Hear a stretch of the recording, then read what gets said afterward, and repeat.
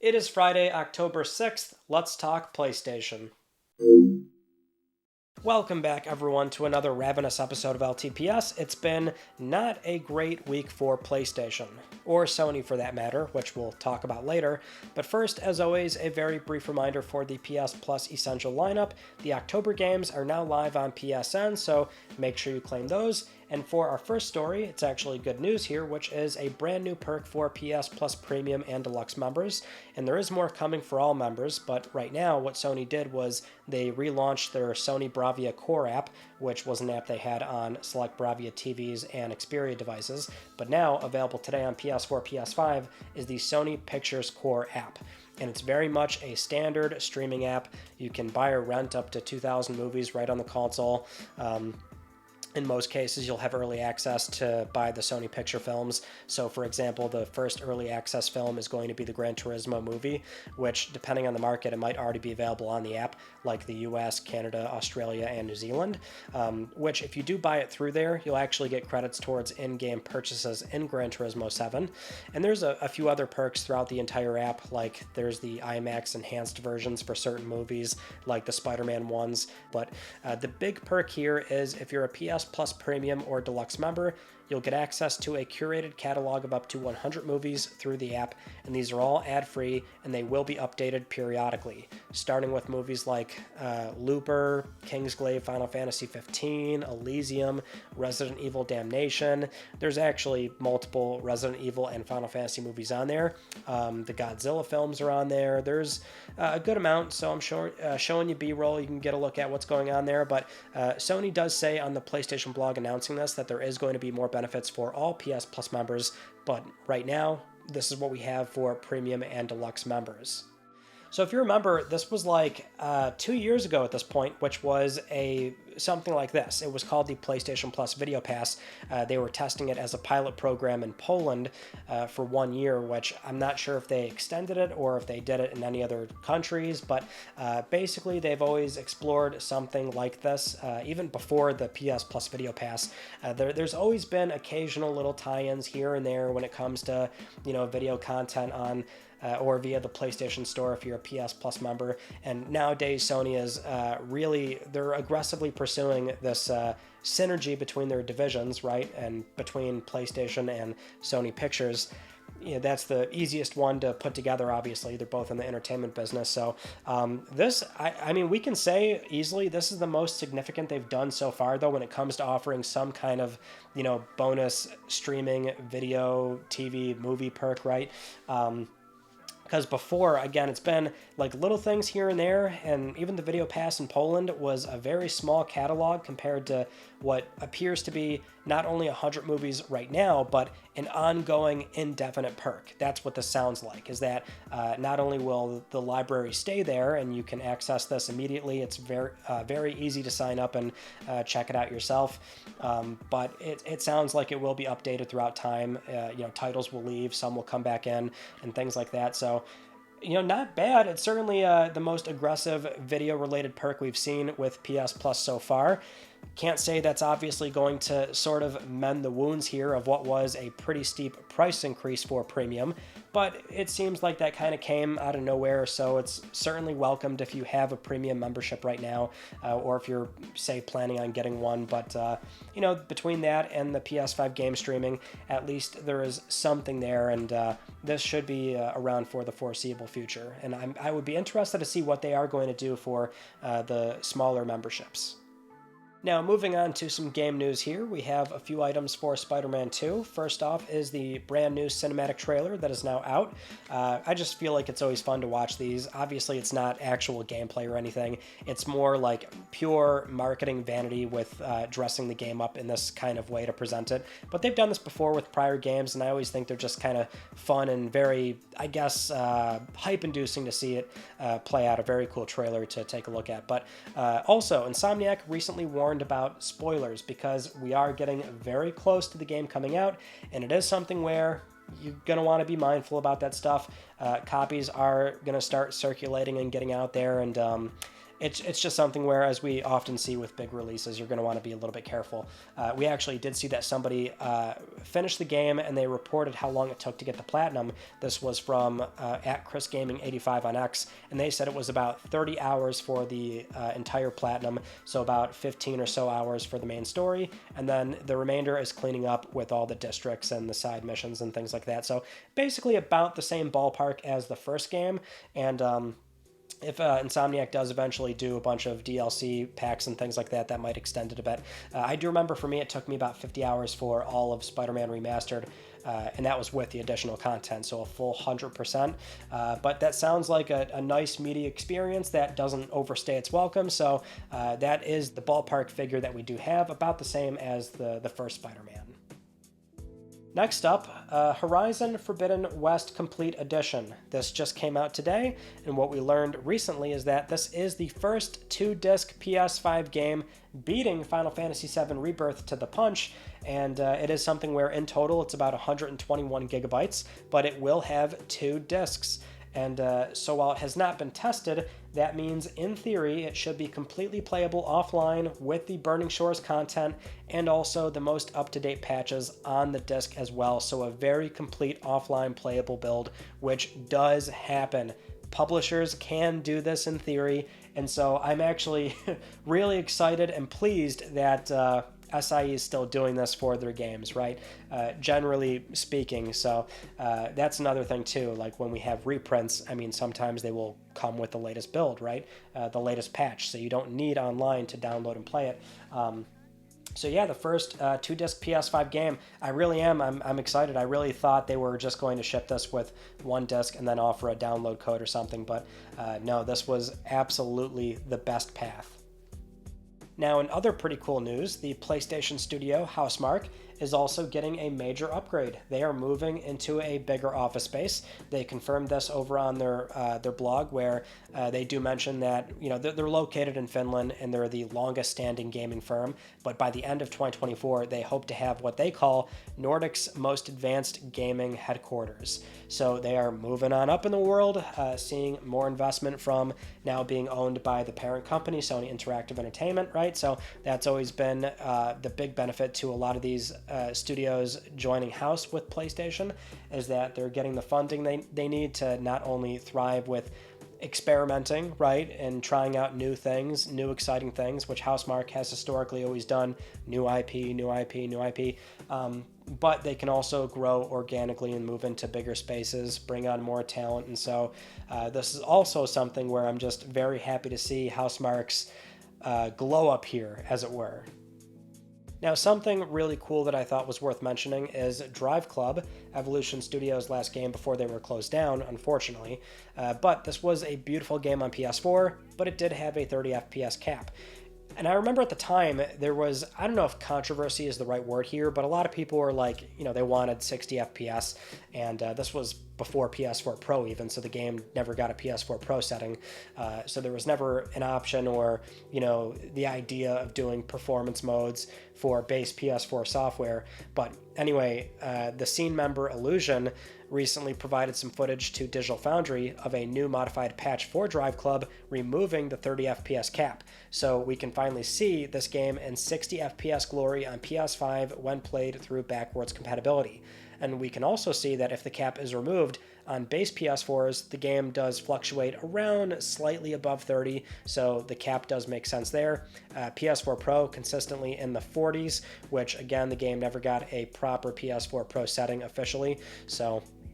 And that's something where for PlayStation 5, you can't go higher than 60. That's something where newer dev kits had the option to, you know, send out official patches for PlayStation 4 software that when played through PS5 backwards compatibility, then the console and the game make a small handshake where it recognizes that it will remove the 60 FPS cap. And there's a few games that do that, but the point is, it was interesting to see. So there is this, you know, wonderful alternate timeline out there where there's many PS4 games that could, in theory, get official patches to remove those frame rate caps, and then we could be playing all these games on PS5 with at least a solid 60, because that's what seems to always be the result. But it was still interesting to see that footage. Now, in other 60 FPS news, Red Dead Redemption's PS4 remaster, which certainly was controversial for not having this, but it just got a patch 1.03, and it now has a 60 FPS toggle when played on PS5 through backwards compatibility. And that was the big problem, is that, Rockstar was shipping what appeared to be a fairly basic port, right? Not doing too much. It's not like it's a bad-looking game per se, but not having a 30 FPS cap removal for PS5 owners was a very strange omission. So it's now here, very timely, with the physical coming out in a week or so. And it is something where you can also play on PS4 Pro with that toggle, I'm fairly certain. Not sure what the frame rate is on that. I'm sure we'll find out very soon. But yes, the 60 FPS toggle is now in Red Dead Redemption Remaster for PlayStation 4. That should have been there, but now it is available. Moving on to the PlayStation Portal, the remote play player for PS5 that has so far been generating a lot of buzz because it seems like maybe people were expecting this thing to not have the pre-orders sell out, but that's actually what's happening right now because the device went live on third-party retailers for pre-order, and so like here in the US, it's completely sold out on Amazon, Best Buy, and GameStop as well. Before this, it was publicized by Genki_JPN on X, and then other sites picking up the story that the PlayStation Portal pre-orders were also completely sold out online for retailers in Japan. And so it seems like the device is so far being received much better than folks were expecting. But, it's something where we don't know exactly, I guess, in terms of how many units Sony is making, right? They could be just very conservative and they're not making a lot of them, and they're not giving these retailers big allocation compared to, say, PlayStation Direct, where it's still available online, or maybe it's a little bit of they have massive allocation for those third-party sites, and Direct doesn't really have a whole lot because people are still primarily buying on Amazon and GameStop and things like that, which I assume that is the case.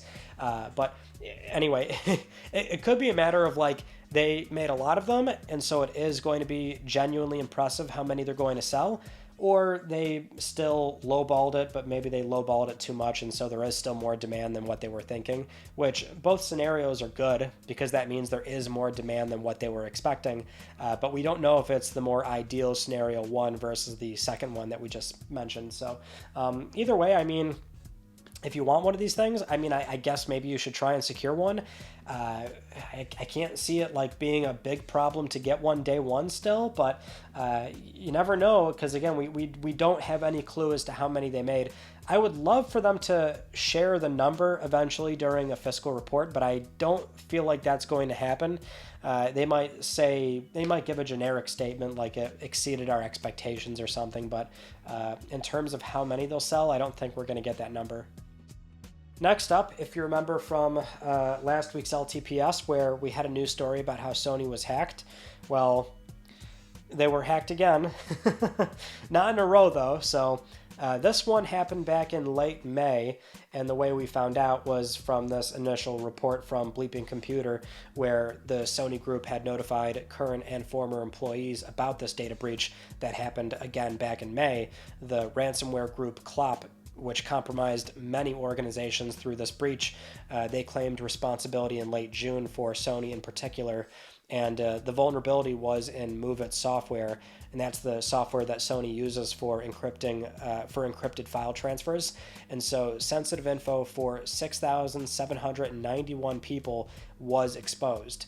Currently, Sony is offering credit monitoring and identity restoration services through Equifax, and there was also a statement that Sony provided to Bleeping Computer that confirmed they did identify activity on a single server in Japan in relation to the hack that we did discuss last week, and they're also working with third-party forensic experts while the server is offline to investigate, which again, that one and this one appears to be unrelated to customer info.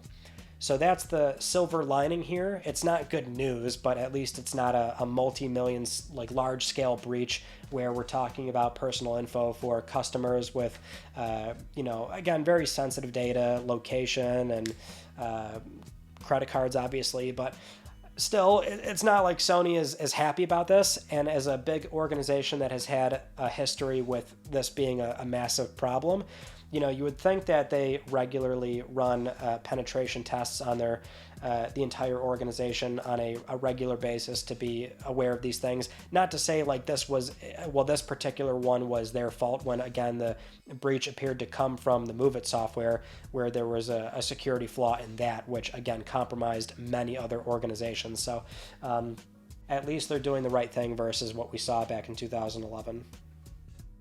Moving on to the other not-so-good news for the PlayStation studio Naughty Dog, where two sources speaking with Kotaku say that there has been 25 layoffs upcoming at the studio, where they're primarily contractors, so not full-time, but 25 are getting laid off, all in quality assurance, or the majority of them are in quality assurance, and they will be terminated at the end of October, so there's no renewal coming up for their contracts, and there's also no severance being offered, and apparently those impacted are being pressured to keep quiet about the news overall.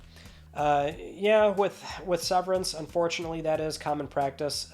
Contractors normally don't get severance, and it's also not uncommon that that kind of circumstance would play out where, you're told that your contract is going to end earlier or this and that, and there's the expectation that you don't publicize or talk about it or, make a big deal about it, and so it's a bad situation all around, and it's always quality assurance that normally goes first when it comes to any kind of layoffs.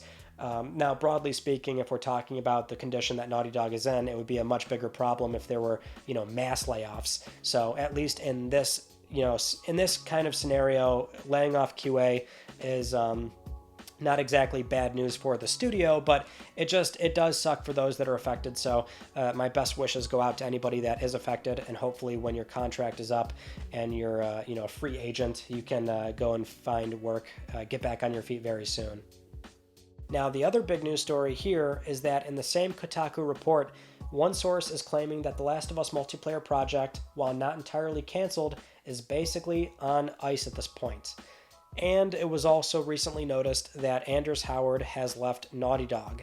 He was with Epic Games for 7 years, and he helped create Fortnite's well-known Battle Pass, and he joined Naughty Dog in November 2022 as their principal monetization designer.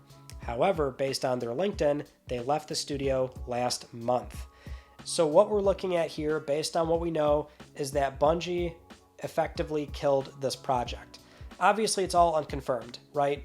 But based on what we're hearing, until Sony or Naughty Dog step forward and, announce that it's canceled, which they may not necessarily do because the game never got a formal reveal, as in it got this consumer-facing trailer that properly introduces what they're making.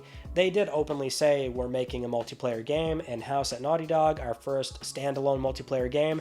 So that much we have.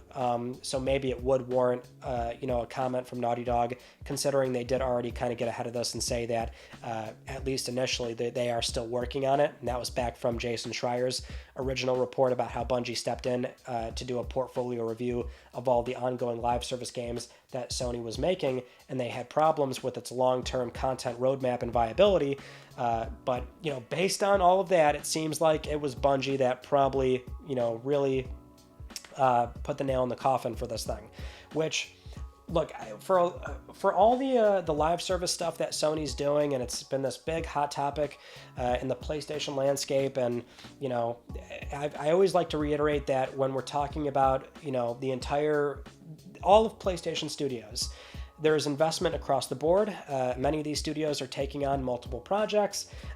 There's more investment in not only single player, but the multiplayer with the live service, right? It's about Sony expanding. It's not about getting less of what we like about the platform or less single player games or this and that, right? It always needs to be said because it seems like so many seem to completely overlook it. And I myself do not play or care for live service games, but I will openly say this is disappointing to me. I really wanted to see what this was going to look like. I'm not even necessarily sure if I was going to be all in and play it or this and that, because again, it's really not my thing. But when we're talking about live service titles and their viability and what might sell, what would do well, right? The only thing that reasonably ever sounded the most exciting, that maybe had the best shot of being the next sort of Fortnite, right? Or the next Overwatch, some kind of big high earning game. it felt like The Last of Us had the best shot at that. Now, I like traditional factions, which, I'm seeing a lot of people say, like, oh, I would have just taken a factions too. Just standard, matches that play out and resolve after 5-10 minutes or something. And sure, I would have liked to see more of that too, but quite honestly, I would have been all in on a proper extraction-style Last of Us landscape that's evolving with these ongoing characters, and it's a storyline that you can actually play and experience on your own if you're not necessarily, playing with other people directly or a friend group or something. I feel like this is the one IP and the one sort of possible idea that would have made sense. But, live service is tough. It's really tough. It's for a lot of studios, it takes years and millions of dollars of investment, and that is why Sony acquired Bungie. So, I mean, in a way, I don't know if we can call this good news, but at least when it comes to, hard decisions that need to be made, it seems like that's what took place behind the scenes, is that potentially, you had something where it's like, well, we can't funnel any more money into this if it's really not going anywhere. The entire purpose of acquiring Bungie was to have them evaluate all these projects, and if they had serious issues with what Naughty Dog was building, obviously we can make the argument of it's a lot of wasted resources and this and that, but you want to sort of cut it off there before it gets worse, depending on what we were going to get. I really wish I could see what it was, but it's, this was a wild one to see it really play out, because it really did seem like, I thought at the beginning of this year that we were going to get this thing playable. You know what I mean? And Naughty Dog was forthcoming. Here's some concept art. Here, we're doing it. We're working on it. We'll have more news next year, and which would be this year. It's really something how this played out, but that's what we've got. The Last of Us live service for right now, based on what we know, appears to be dead. Now, while we're talking about live service games, good segue to our next story, which is about just that, live service and PlayStation's future based on what was said from Jason Schreier's recent newsletter on Bloomberg. Now, just for context, I remember seeing this right when it came out. It was primarily about Jim Ryan's departure, the announcement of him retiring, and I remember reading this newsletter, not really thinking much of it because it read mostly like an opinion piece to me, and then all of a sudden, like 2-3 days later, all these sites started running with these headlines and publicizing it, and I'm like, where are they linking to? Where are they sourcing this from? And it was from this newsletter, and I'm like, well, that seems a bit weird. Nothing caught me off guard about it. So what they were talking about in the newsletter is how Jason says, and I quote here, "It's been an uncomfortable pivot for some of Sony's studios," referring to live service games, "which have spent the last decade building out teams of experienced developers to make big, cinematic adventure games that are played solo." Jason then writes, "Even Bungie's expertise has not yet been able to turn PlayStation Studios into a service game factory." I find it weird that a lot of sites were really talking about that part in particular, because it just seems a bit weird. Like, I mean, even Jason, I'm a little puzzled by that statement, because Bungie was only just recently acquired and integrated into their entire organization, and they only recently did a portfolio review of what are, multi-year, multi-million-dollar game projects. In what sense of reality could they possibly make some kind of impact that quickly? So that just seemed really weird to me. But then he does go on to say, and this is one part here that was highlighted, and I quote, "Some insiders are worried about the company's lack of coherent vision, with its seemingly misplaced bets on service games, niche VR headsets, and a baffling machine called the PlayStation Portal that allows people to play PS5 games on the go, but only by streaming them from your home PS5 via Wi-Fi." So it's the notion there of saying some insiders are worried about the lack of coherent vision, and then naming off three things, which, I mean, maybe VR headsets is the one that certainly makes sense when it comes to worry about, future platform growth, since VR is certainly a very niche market. But the PlayStation Portal, we just had a story about how the pre-orders are apparently doing well, although that very much seems like I can't imagine that's taking a lot of resources, and that's meant to be some sort of major plan in the product roadmap. They're probably going to iterate over that device long term and this and that. I don't know. The whole thing seemed weird. So again, the live service thing, because we don't have these games out yet. Now, in fairness, maybe that is where the misplaced bet statement comes from, is that the games are not releasing, even though based on the sort of roadmap that Sony has laid out, by fiscal year 25, they wanted to put out 12 of these things, and they're not even close to doing that. We only have some reveals for Fair Games, Concord, and Helldivers 2, which was a little bit delayed because that was in theory meant to be released fiscal year 22. But I don't know. I feel like we're not even remotely close or far along yet to sort of say these things. I don't know where I'm feeling on the whole thing. I mean, I get it. I see where all the concern has always been coming from with where PlayStation has been going nowadays. Quite frankly, it gets exhausting to a certain degree.